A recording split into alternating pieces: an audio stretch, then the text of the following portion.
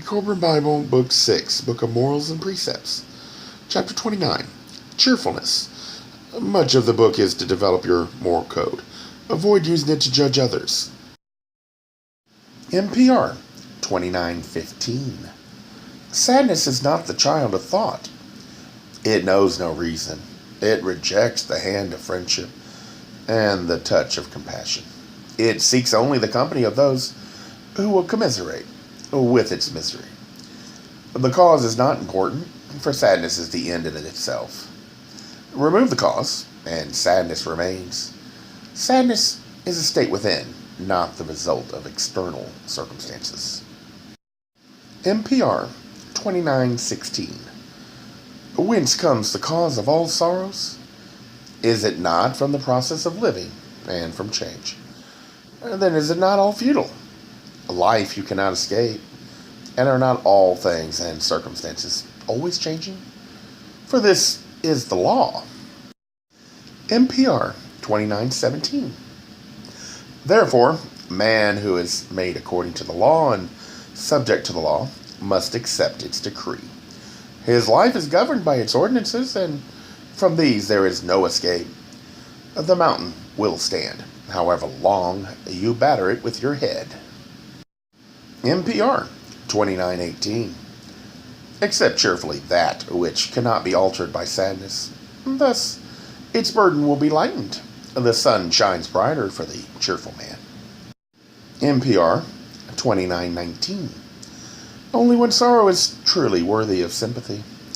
Only one sorrow deeply stirs the heart. Only one sorrow is magnificent in its depth, and only one sorrow is really genuine. That is the sorrow of the cheerful heart. NPR 29:20. If you know that sorrow and misfortune will cross your path, because they are part of the pattern of life, then you are wise to prepare yourself to meet them, but it is unwise to seek them out. The testing tools of life are never stored away. NPR 29:21. If you are ignorant of the law, complain not of that about which you have no knowledge. Seek rather to understand the nature of the law, and thus know the meaning of life. He who understands the law knows why the pattern of life is as it is, why it is a design of light and shade. NPR 29:22.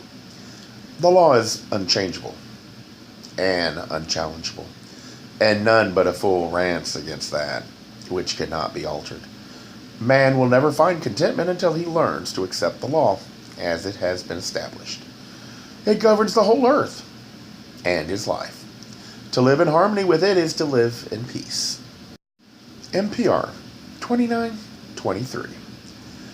If in your weakness and waywardness you find the burden of the law intolerable, all your lamentations and wailing will not ease the load. It will do nothing but add to your distress. The law concedes nothing to the weakness of man.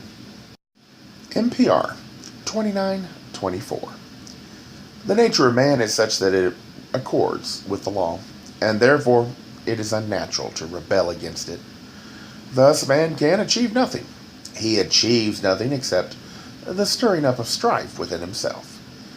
Is it not better to live in peace with the natural state of affairs than to tear yourself asunder by futile rebellion? NPR 29:25. It is not in your nature to suffer the blows of misfortune without being hurt, but it is within your nature and your duty to stand up to them like a man.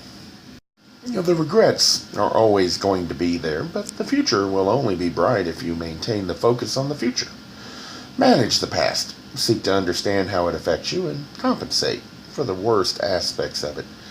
But always focus only on how you are better able to handle avoiding problems in the future. You do that, then you'll be a survivor, not a victim.